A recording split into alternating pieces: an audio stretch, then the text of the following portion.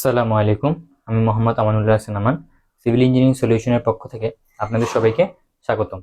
আজকে আমি সার্ভেইং 1 এর চ্যাপ্টার 6 এর যে দ্বিতীয় অংশটা ছিল, দ্বিতীয় অংশটা নিয়ে আলোচনা করব।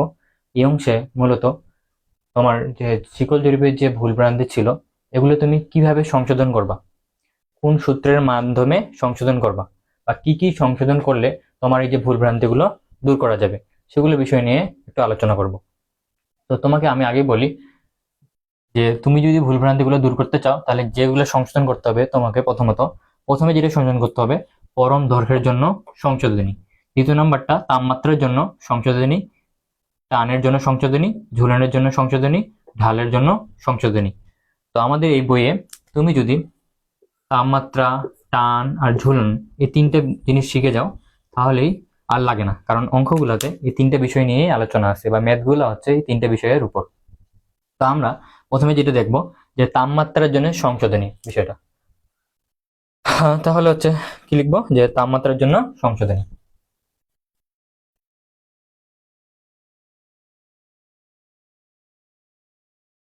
তাপমাত্রার জন্য যে সংশোধনী সূত্রটা,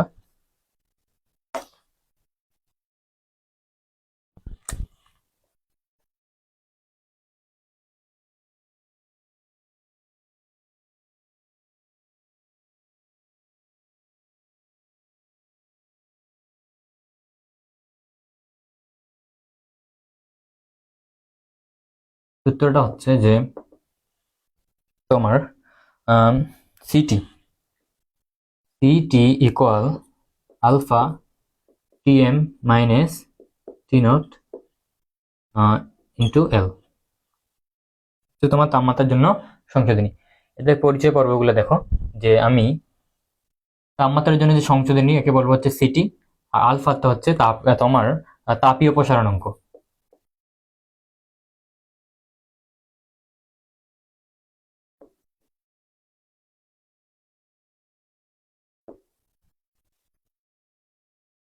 এর এককটা সবসময় রাখবো আমি সেলসিয়াসে, ডিগ্রিতে সেলসিয়াস। আর তাপমাত্রার জন্য যে সংশোধনী যেটা আসবে, ওটা সবসময় থাকবে কিসে, মিটারে থাকবে।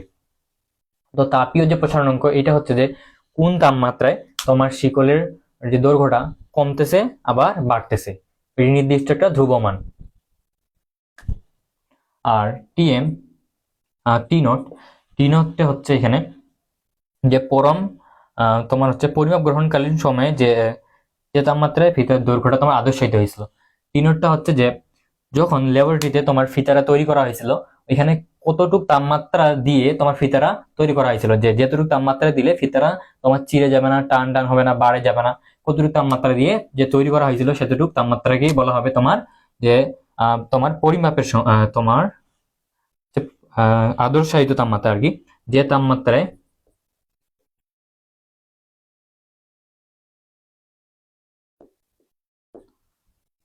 ফিতার দৈর্ঘ্য তৈরি করা হয় আর কি, আমরা লিখবো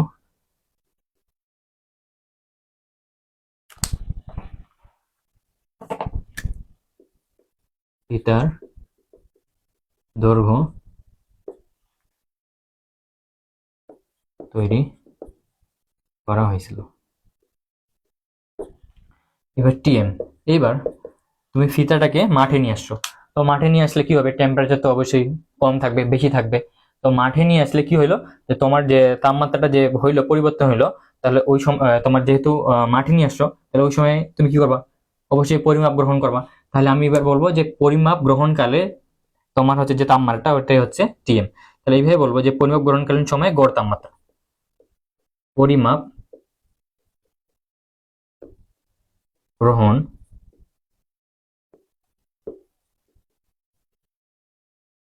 সময় গড় তাপমাত্রা। গড় কেন, কারণ তুমি তো পরিমাপটা করবা কিছু সময় নিয়ে, তো বিভিন্ন সময় তাপমাত্রা তো বিভিন্ন পরিবর্তন হয়, ওই জন্য বলা হয়েছে যে গড় তাপমাত্রা। এরপর যেটা জানতে হবে যে এল, এল তো হচ্ছে কি পরিমাপকৃত যে দৈর্ঘ্যটা। তো আমরা একটু কনফিউশন না হয়, কারণ গত যে অংশটা ছিল এল তো হচ্ছে প্রকৃত দৈর্ঘ্য ছিল, কিন্তু এইবার দেখো যে কি বলছে, পরিমাপকৃত দৈর্ঘ্য। যখন তুমি পরিমাপ করছিলা, ওই যে পরিমাপের যে দৈর্ঘ্যটা পাবা, ওইটাই হচ্ছে তোমার পরিমাপকৃত দৈর্ঘ্য এই সূত্রের জন্য। হ্যাঁ, তো এখানে আরেকটা জিনিস জানতে হবে যে যখন তুমি কোনো কিছু পরিমাপ করবা, ধরো এই জমিটা তুমি পরিমাপ করবা, যখন তুমি পরিমাপ করবা আমরা সংশোধন করবো কিসের জন্য? তাপমাত্রার জন্য। তো তাপমাত্রা কম বেশি হইতে পারে না? অবশ্যই হইতে পারে। তো তাপমাত্রা আবার কম হচ্ছে আবার বেশি হচ্ছে। যদি তাপমাত্রাটা বেশি হয় কি হবে বলতো? যে শিকলে যে দৈর্ঘ্যটা ছিল ওটা কি প্রসারিত হবে না? গলে যায়, বাড়ে যাচ্ছে না? শিকলের দৈর্ঘ্যটা কি হচ্ছে? বাড়ে যাচ্ছে। তাহলে ধরো এখানে তোমার শিকলের দৈর্ঘ্যটা বাড়ে গেছে, আর জমির ক্ষেত্রফল এতটুকু। তো শিকলের দৈর্ঘ্যটা যখন বাড়ে যাচ্ছে, আমি যদি বলি তুমি এখন আমাকে এটা সংশোধন করে দেখো, কি বলবো? সংশোধন করে দেখো। তাহলে দেখো তো শিকলের দৈর্ঘ্য থেকে জমির পরিমাণটা কি ছিল? কম ছিল। আর আমাদের মূল উদ্দেশ্য হচ্ছে যে জমির পরিমাণটা কি করা? সঠিক নির্ণয় করা। তাহলে কি করবো বলো তো এখন আমাকে? তাপমাত্রার জন্য যে সংশোধন করবো, তোমাকে অবশ্যই কি করতে হবে? জমির ক্ষেত্রফলটা নির্ণয় করার জন্য শিকলে বাড়াইতে হবে না জমির ক্ষেত্রফলটাকে? আরো বাড়াইতে হবে না? কারণ বেশি হওয়ার কথা ছিল, হয়েছে কি কম পাইছি আমি। কেন? শিকলের দৈর্ঘ্যটা বাড়ে গেছিল। কি করতে হচ্ছে? প্লাস করতে হচ্ছে না? প্লাস করে আর সামনে যেতে হচ্ছে না? কেন? যে তাপমাত্রা কখন কি ছিল? যখন যখন তাপমাত্রা কি ছিল? বাড়ে গেছিল আগের তুলনায়। তাহলে তাপমাত্রা বাড়ার কারণে ফিতার যে দৈর্ঘ্যটা বাড়ে গেছিল, ওই জন্য কি ছিল? ক্ষেত্রফল কম পাইছে। আর আমাদের কাজ হবে সংশোধন করা। ওই জন্য কি করা? ক্ষেত্রফলটাকে বাড়ানো। আর ক্ষেত্রফলটাকে বাড়ানো যাবে কিভাবে? প্লাস দ্বারা। তাহলে এই যে আমি এই সূত্র প্রয়োগ করে একটা অ্যান্সার নিয়ে আসবো, ওই অ্যান্সারটা তো আমি মূল ক্ষেত্রফলের সাথে যোগ করব। এখানে প্লাস যোগ করবো না বিয়োগ করবো, ওই বিষয়টা আসবে কিভাবে? যে তাপমাত্রা যদি বৃদ্ধি হয়, কিভাবে বুঝবো? একটা নোট লিখে রাখবো আমি আমার মতো করে সাজায়। যদি তোমার পরিমাপ গ্রহণকালের যে সময় যদি তাপমাত্রা বাড়ে যায় আগের তুলনায়, কি বলো দেখি? পরিমাপ গ্রহণকালের সময় যদি তাপমাত্রাটা কি হয়? আগের তুলনায় কি যায়? বাড়ে যায়।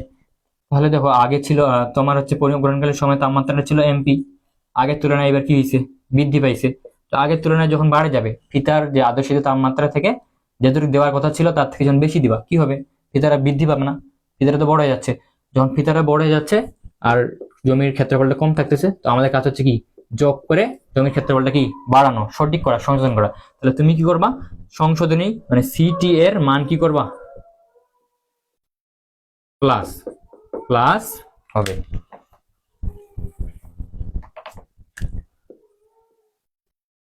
হ্যাঁ, এরপরে দেখো এবার কি করছো?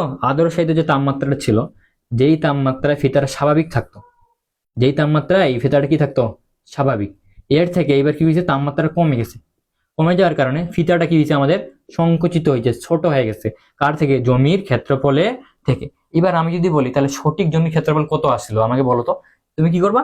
যে যেহেতু ফিতাটা কমে গেছে, তাহলে জমির ক্ষেত্রফলটা কি হয়ে যাবে? কমে যাবে, মাইনাস হয়ে আসবে। তাহলে এখানে কি করতে হচ্ছে? বিয়োগ করতে হচ্ছে। কেন করতে হচ্ছে? কারণ ফিতার দৈর্ঘ্যটা কি গেছিল? কমে গেছিল। কখন কমে গেছিল? যখন তোমার ফিতার যে সঠিক যে আদর্শিত তাপমাত্রাটা ছিল ওইটা কি হয়েছিল? বেশি ছিল। আর তোমার পরবর্তী যে মাঠে কাজ করে আসে যখন তাপমাত্রা কি গেছিল? কমে গেছিল। কমে যাওয়ার কারণে সংকুচিত হয়েছিল। আর সংকুচিত হওয়ার কারণে কি হয়েছে? সিটি এর মানটা মানে তোমার তাপমাত্রার জন্য সংশোধনীটা কি করতে হচ্ছে? মাইনাস করে জমির ক্ষেত্রফলটা নিয়ে আসতে হচ্ছে। আশা করি বুঝতে পারছি যে আমরা এই জায়গাটা খুব ইম্পর্টেন্ট আর কি, খুব ভালোভাবে খেয়াল রাখতে হবে যে কখন প্লাস কখন মাইনাস। ম্যাক্সিমাম স্টুডেন্ট যারা আমরা এই জায়গাটাই ভুল করি। এ পর্যন্ত তুমি সূত্র খেলায় মুখস্থ বিদ্যায় কাজ করলা, কিন্তু এই জায়গাটা তুমি যদি না বুঝো, এটা কিন্তু বুঝে খেয়াল রাখতে হবে, মুখস্থ না। বুঝে যদি না বুঝো, এইভাবে যদি অঙ্কটা করে দিয়ে আসো, কোথায় প্লাস, প্লাসের জায়গায় দিয়েছে মাইনাস, মাইনাসের জায়গায় দিয়েছে প্লাস, সম্পূর্ণ অঙ্কটা কি দিবে? কাটে দিবে। তো এই ছিল হচ্ছে তাপমাত্রার জন্য সংশোধনী।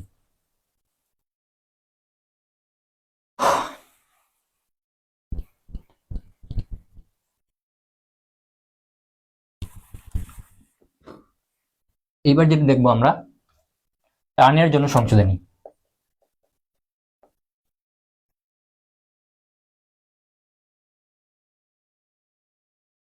তো যারা তাপমাত্রার জন্য সংশোধনীটা বুঝবা, তাদের জন্য টানের জন্য সংশোধনীটাও সহজ হবে।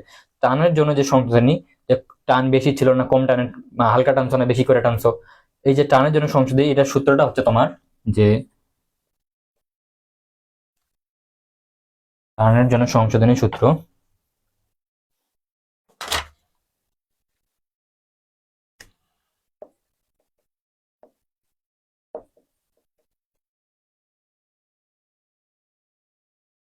সিপি।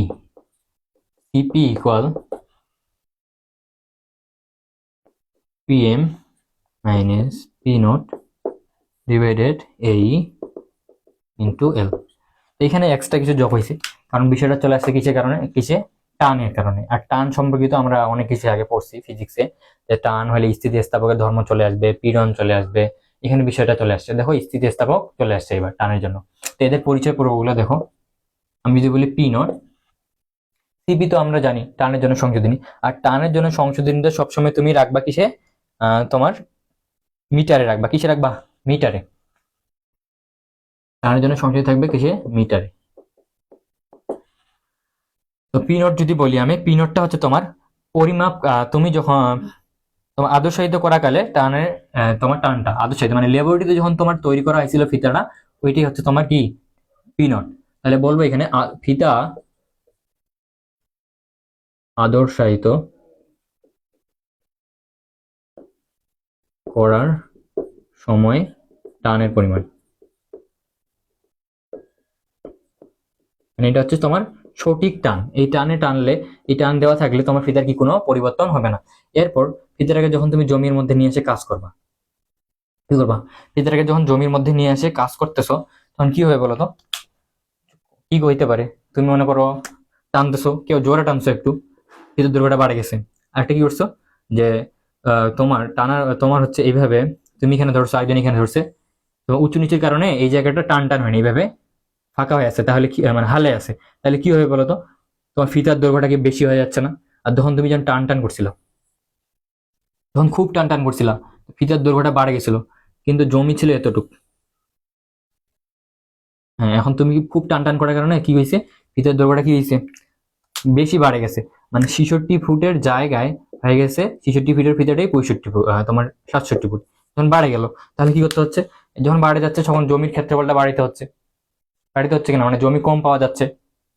এইবার যখন জড়ো মড়ো হয়ে থাকতেছে, তখন কি হচ্ছে, জমির ক্ষেত্রফলটা কি হচ্ছে, তোমার বেশি পাওয়া যাচ্ছে। যখন তোমার ফিতাটা টান টান বেশি থাকতেছে, জমির ক্ষেত্রফলটা তুমি বেশি পাচ্ছ।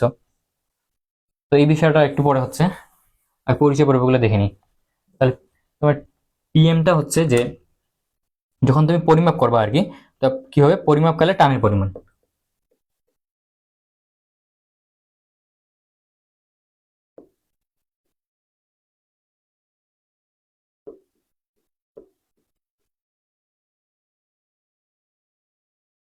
এরপর হচ্ছে এতে হচ্ছে ক্ষেত্রফল হবে, ফিতার প্রস্থচ্ছেদের ক্ষেত্রফল, মানে ফিতাটা ক্ষেত্রফল কত ছিল।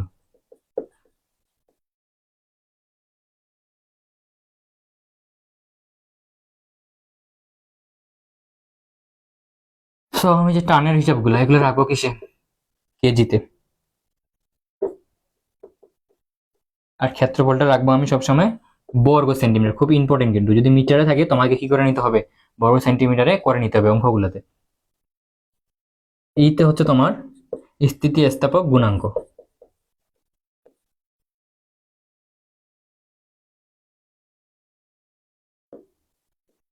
আমরা যখন স্ট্রাকচার মেকানিক্স বইটা করব, এখানে আমি স্থিতিস্থাপক গুণাঙ্ক নিয়ে বিস্তারিত আলোচনা করব। আপাতত তোমরা এটা মুখস্থের মতো করে রাখো।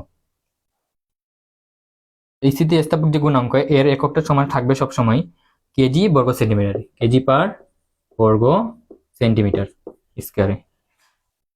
তো এই ছিল হাতে পরিচয় পর্ব। এখন কথা হচ্ছে যে তুমি যে পি এর মানটা বের করবা, সেই পি এর মানটা মানে টানের জন্য যে সংশোধনীটা করবা, এখানে তুমি কি করবা, প্লাস করবা না মাইনাস করবা, এটা প্রশ্ন আসতেছে না? এখন প্রশ্ন হচ্ছে যে তুমি যদি কম টানে টানো, মানে যেটুকু টানা প্রয়োজন ছিল, এই যে তোমার জমিটা ভিতরে ধরে আসো, তো তোমার টানা প্রয়োজন ছিল এইভাবে, মানে খুব জোরালো ভাবে আর কি, 66 ফুট টানা প্রয়োজন ছিল। তুমি এইভাবে ঝুলাই নিয়ে টানতেছো, আর যখন ঝুলাই নিয়ে টানবা, কোথাও আটকে গেছে, ঝুলে গেছে, তুমি এই যাইতে পারবা জমি শেষ প্রান্তে, এই পর্যন্ত তোমার 66 ফুট শেষ হয়ে যাচ্ছে না, হচ্ছে কিনা? তো তোমার যখন টানের পরিমাণটা পরিমাপের সময় যে টানের পরিমাণটা যখন তোমার বেশি হচ্ছে, কম হচ্ছে, টানের পরিমাণটা যখন কম হচ্ছে তোমার আদর্শ সাহিত্যের থেকে, তখন তুমি কি করবা বলো তো? তোমাকে তো সামনে যাইতে হচ্ছে কিনা? টানের পরিমাণটা তোমার আদর্শ সাহিত্যের থেকে যখন কম হচ্ছে, তখন জমির ক্ষেত্রফলটা কি হচ্ছে বলো তো, বেশি হচ্ছে না? হ্যাঁ, জমির ক্ষেত্রফলটা বেশি হচ্ছে, তখন তোমার কি করতে হবে, জমির ক্ষেত্রফলটা কমাইতে হবে না, তাহলে মাইনাস করতে হবে না, হবে কিনা? তাহলে টানের পরিমাণটা যদি কম হয় পরিমাপের সময়, তাহলে কি করতে হচ্ছে, মাইনাস। এইবার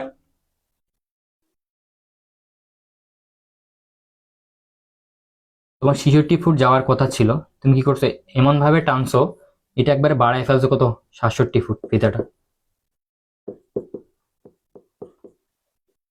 যাওয়ার কথা ছিল কিন্তু তোমার 66 ফুট, এই জমিটা হচ্ছে 66 ফুট ধরো, আর তুমি কি করছো, এমন ভাবে টানছো 67 ফুট চলে গেছো। আর এইখানে তোমার যাওয়ার কথা ছিল 66 ফুট, তুমি এমন হালকা ভাবে ধরে আসো, এমন ভাবে ঝুলে আছে, কোথাও আটকে আছে, টান হয়নি একবারই, তাহলে কি যাওয়ার কথা ছিল তোমার 66 ফুট, তুমি গেছো কত বলো তো, 65 ফুট, যা এখানে জমির প্রান্তে যেতে পারোনি। তাহলে কি হচ্ছে, যখন তুমি বেশি টানতেছো, মূল ফিতার যে টানার কথা ছিল তার থেকে বেশি টানে ফেলতেছো, তখন তোমার কি হচ্ছে, জমিটার ক্ষেত্রফলটা কি পাওয়া যাচ্ছে, কম। আর ক্ষেত্রফলটা কম পাচ্ছে, আর আমাদের কাজ হবে ক্ষেত্রফলটাকে বাড়ানো, সংশোধন করার জন্য। তাহলে কি করতে হচ্ছে, প্লাস। এক নাম্বার যে সত্যটা, যখন তোমার টানের পরিমাণটা বেশি হবে, কখন, পরিমাপের সময়, টানের যে পরিমাপের সময় যে টানের পরিমাণ হয়, এটাকে আমি বলি পিএম, পিএমটা বেশি হবে তোমার আদর্শায়িত টানের থেকে, তখন তুমি কি করবা, প্লাস করে জমির ক্ষেত্রফলটা বাড়াবা, সংশোধন করবা। তাহলে সিপি এর মান কি হবে, প্লাস সিপি এর মান হবে প্লাস। এইবার কি করবা, দেখো তো, যখন তোমার এবার হচ্ছে তোমার টানের পরিমাণটা কম হচ্ছে, যেটুকু টানের কথা ছিল তার থেকে কি করছো তুমি, কম টানছো। এবার যখন কম টানবা, তাহলে জমিটাকে কি করতে হবে, কমাইতে হবে না তোমাকে। দেখো তো, তোমার 66 ফুট ছিল, তুমি টানছো 65 ফুট, কমাইতে হচ্ছে না, তাহলে কি করতে হবে, এবার সিপি এর মান কি করতে হবে, মাইনাস। এটা একবারই সবাই একবার মুখস্থর মতো করে রাখো, বুঝে রাখো, কারণ এটি হচ্ছে অঙ্কের মেইন একটা হিসাব। এইখানেই প্লাস করলেই সঠিক, এখানে মাইনাস করলেই তোমার সঠিক। প্লাস মাইনাস যদি ভুলভাল হয়ে যায়, তাহলে তোমার অঙ্কটাই পুরাটাই কি ভুল, সংশোধনীয় কি হয়ে যাবে, ভুল হয়ে যাবে। তো এটা ছিল টানের জন্য সংশোধনী। আমাদের আরেকটা জিনিস লাগবে, ঝুলনের জন্য সংশোধনী।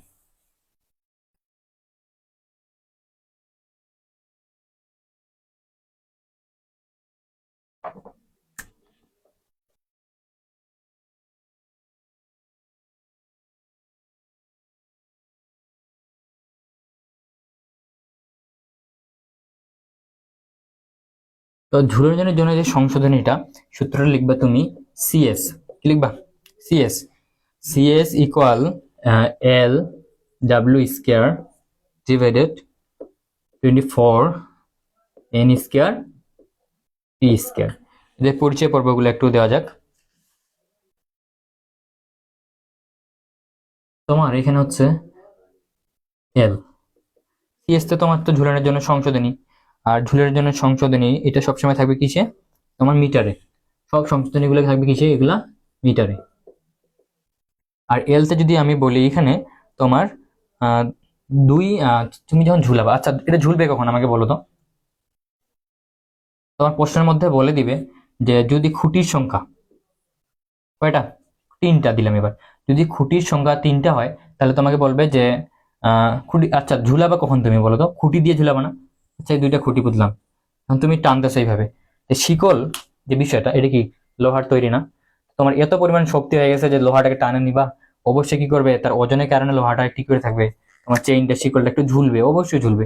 এই ঝুলানোটা কি করতে হবে, সংশোধন করতে হবে। তো এটা কখন হবে, যখন তুমি কি করবা, খুঁটি নিবা। তো আমরা বলবো যে তোমার এল এর মানটা হবে 2 খুঁটির মধ্যবর্তী যে দূরত্বটা, তাহলে 2 খুঁটির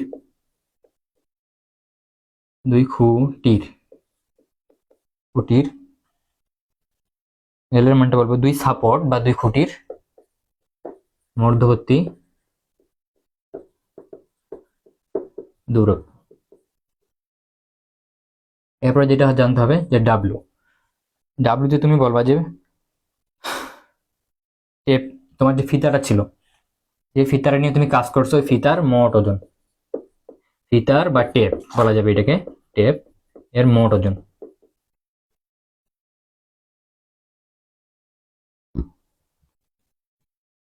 সবসময় রাখবা কেজিতে।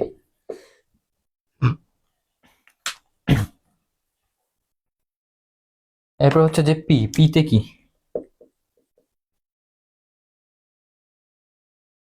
হ্যাঁ পিতে হচ্ছে যে তুমি প্রকৃত একটা কি টান দিয়ে, মানে কিভাবে টানলে তোমার জমির সঠিক পরিমাণ পাওয়া যাবে, ওই টানটাকেই বলা হচ্ছে যে তোমার পি। আর পি তাহলে যদি তোমার সঠিক পরিমাণ প্রয়োজন, তাহলে এটাকে বলো প্রকৃত প্রকৃত টানের পরিমাণ বলা যাবে, টানের পরিমাণ। এটা হবে তোমার কেজিতে। আরেকটা যে ইম্পর্টেন্ট যে জায়গাটা, যেটা আমরা অঙ্কতে বুঝতে পারি না, এনতে তুমি বলবা যে স্পেন সংখ্যা। কি বলবা? স্পেন সংখ্যা। এই জিনিসটা বুঝোনি তোমরা।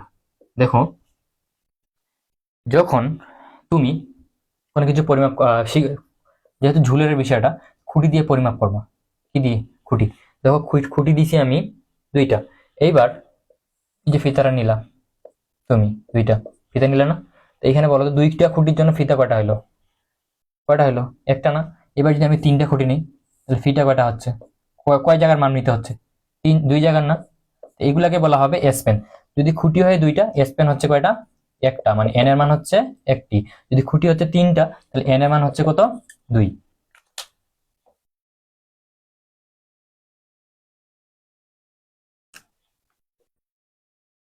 তাহলে 3টা খুঁটির জন্য স্পেন পাবো কয়টা? 2টা। এগুলাকে বলা হবে স্পেন।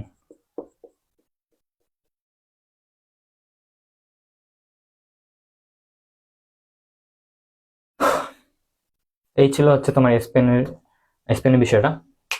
তো এইবার ভাইয়া আসল যে প্রশ্নটা, যে আমি এই সংশোধনীটা মাইনাস করব না প্লাস করব, কি হবে? মাইনাস হবে না প্লাস হবে? আগে এটা বুঝতে হবে তোমাকে, যে তুমি যখন খুঁটি নিয়ে হিসাব করতেছো, খুঁটি তখন তুমি টানতেছো। আমি আগেই বলে দিই, যেহেতু এটা শিকলের তৈরি ফিতারা, তো অবশ্যই যখন তুমি টানবা কি হবে? একটু হইলো, সঠিক না, একটু হইলো তোমাকে ঝুলবেই। কি হচ্ছে? একটু হইলো ঝুলতেছে। এক যদি ঝুলে, তাহলে কি হতেছে বলো তো? তোমার ফিতার দৈর্ঘ্যটা বেশি থাকা যাচ্ছে না। শিকড়, এটা পুরোটা যদি ছিল তোমার 66 ফুট, ঝুলে থাকার কারণে এই জায়গায় তুমি পাচ্ছ কত? 65 ফুট। আর তোমার পুরা জমিটা যে ছিল, এটা ছিল 66 ফুট। তো যখন তুমি ঝুলে থাকার কারণে কম পাচ্ছ, ফিতার দৈর্ঘ্যটা তুমি কম পাচ্ছ, ঝুলে থাকার কারণে কম হচ্ছে, তাহলে জমির দৈর্ঘ্যটা আমার সংশোধন করার জন্য কি করতে হবে? জমির দৈর্ঘ্যটা তো কমাই নিয়ে আসতে হবে, তাই না? তাহলে ঝুলে থাকার জন্য আমাদের সবসময় কি করতে হবে? কমাই নিয়ে আসতে হবে না? কমাই নিয়ে আসার জন্য কি করতে হবে? মাইনাস করতে হবে। তাহলে ঝুলে যাওয়া থাকার জন্য সংশোধনীর যে হিসাবটা, তোমার ঝুলনের জন্য সংশোধনীর যে হিসাবটা সব সময় মানে অলওয়েজ কি করতে হবে? বিয়োগ করতে হবে, মাইনাস হবে। তাহলে তুমি বলবা নোটের যে বিষয়টা, সিএস এর মান কি করতে হবে? সব সময় বিয়োগ করতে হবে। তো এই ছিল আমাদের যে সূত্রের বেসিক ধারণা বা সূত্র নিয়ে পরিচিতি। পরবর্তী ভিডিওতে আমরা হচ্ছে এই সূত্র সম্পর্কিত একটা ম্যাথ সলভ করব। ম্যাথ সলভ করলেই তোমাদের এই অধ্যায়ে আর কোনো সমস্যা থাকবে না আশা করি। তোমরা সবাই ভালো থাকো। ভিডিওটা কেমন লাগছে এবং আমাকে কমেন্টের মাধ্যমে জানাও, যেন পরবর্তী ভিডিওটা দিতে আমি পরবর্তী ক্লাসে ভিডিওগুলো দিতে আগ্রহী হই। সবাই ভালো থাকবেন, সুস্থ থাকবেন। আসসালামু আলাইকুম ওয়া রাহমাতুল্লাহি ওয়া বারাকাতুহু।